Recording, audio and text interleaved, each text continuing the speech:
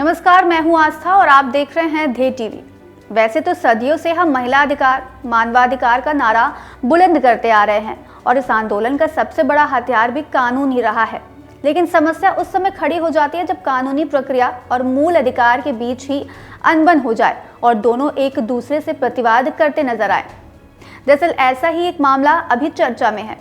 मामला मां बनने के अधिकार और महिला आरोपी को जेल में रखने की मजबूरी के बीच फंसा दिख रहा है। दरअसल जनवरी में एक 32 वर्षीय महिला ने इन विट्रो फर्टिलाइजेशन यानी आईवीएफ उपचार की अनुमति मांगने के लिए मुंबई की एक सेशन अदालत का दरवाजा खटखटाया। इस महिला आरोपी को आईवीएफ तकनीक से बच्चे को जन्म देने के लिए अदालत की शरण लेने वाली देश की पहली महिला याचिकाकर्ता भी बताया जा रहा है। असल में ये महिला जेल प्रहरी के रूप में काम करती थी। उस समय जब ये नौकरी में थी तो साल 2017 में 23 जून को जेल में एक कैदी की हिरासत में मौत हो गई, जिसके चलते इस महिला समेत 5 लोगों को कस्टोडियल डेथ के लिए गिरफ्तार किया गया। आरोपी महिलाएं गिरफ्तारी के बाद से लगभग 6 साल से जेल में हैं और उनकी जमानत याचिका बार बार खारिज हो रही है। ये महिला घटना के समय 26 वर्ष की थी और जुलाई 2017 में उसकी गिरफ्तारी के समय उसकी शादी को लगभग 1 साल हो गया था। इसलिए अब 6 सालों से वह महिला और उसके परिवार वाले उसके ट्रायल कंप्लीट होने या जमानत मिलने का इंतजार कर रहे थे।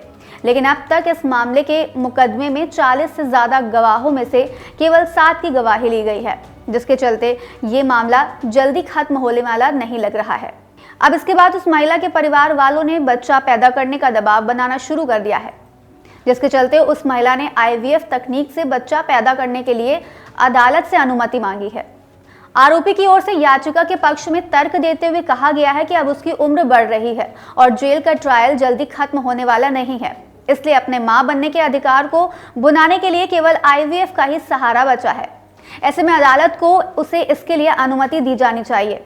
इसके प्रतिवाद में डिफेंस की ओर से कहा गया है कि अगर उस महिला को इसकी अनुमति दे दी गई तो उसे बार बार डॉक्टर के पास ले जाना पड़ेगा।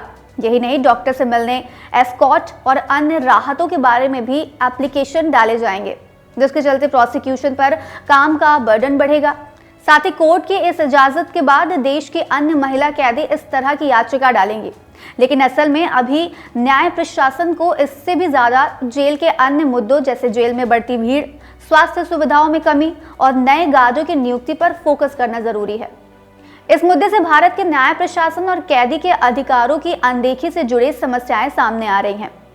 असल में ये समस्या काफी समय से मौजूद है। जानकार इनसे निपटने के विकल्प भी बताते हैं, लेकिन सरकार उन्हें किसी न किसी कारण लागू करने में असमर्थता दर्शाती है।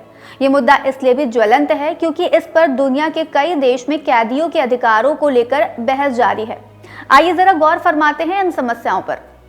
दरअसल भारत में जब कोई आरोपी दोषी सिद्ध हो जाता है तो उसे अपनी सामाजिक जिम्मेदारियों को पूरा करने के लिए टेम्परेरी रिलीज दिया जाता है। लेकिन जब कोई आरोपी अंडर ट्रायल होता है तो उसे इस तरह का कोई रिलीज नहीं मिलता है, क्योंकि प्रोसिक्यूशन का मानना होता है कि आरोपी भाग सकता है, जिसके बाद उसे हाजिर करवाना प्रशासन के लिए टेढ़ी खीर हो जाता है।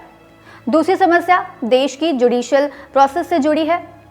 दरअसल हमेशा मुकदमे की कार्यवाही इतनी लंबी और जटिल है कि आरोपी सजा जितना समय तो जेल में ही काट देता है और मुकदमे की सुनवाई ही पूरी नहीं होती है, जिसके चलते जेल में अंडर ट्रायल कैदियों की बाढ़ आ गई है। Tata institute of social sciences की एक फील्ड एक्शन प्रोजेक्ट में जेलों से रिहा महिलाओं के पुनर्वास और उनके सामाजिक पुनर्मिलन पर एक राज्य स्तरीय परामर्श आयोजित किया गया था। परामर्श से पता चला था कि जेल से छूटने पर महिला कैदियों को कई चुनौतियों और कलंक का सामना करना पड़ा। एक बार जब वे लंबे समय तक जेल में रहती हैं तो उनके परिवारों से उन्हें न केवल बहिष्कार का सामना करना पड़ता है, बल्कि इसके साथ साथ उनकी परिवार में अहमियत खत्म हो जाती है। अब क्योंकि ये समस्या नई नहीं है और इससे जुड़ा आंकड़ा लगातार किसी न किसी संस्था के रिपोर्ट में पब्लिश होता रहता है, इसलिए जानकार समाधान भी बताते रहते हैं, जैसे आरोपी को जमानत और टेम्परेरी रिलीज दिया जाना उनके मूल अधिकारों और मानवाधिकारों को बनाए रखने के लिए जरूरी है। हाँ, अगर इससे आरोपी की प्रेजेंस बनाए रखना मुश्किल दिख रहा हो तो उसके मूवमेंट को टेक्नोलॉजी से ट्रैक किया जा सकता है, जैसे उसके फोन को जीपीएस ट्रैकिंग से कैच करना आसान है। यही नहीं, सीसीटीवी के जरिए उसके घर से निकलने तक की निगरानी की जा सकती है। साथ ही ankle bracelet, drones, bank transaction limitation, passport जब्त करने जैसे कई विकल्प हैं।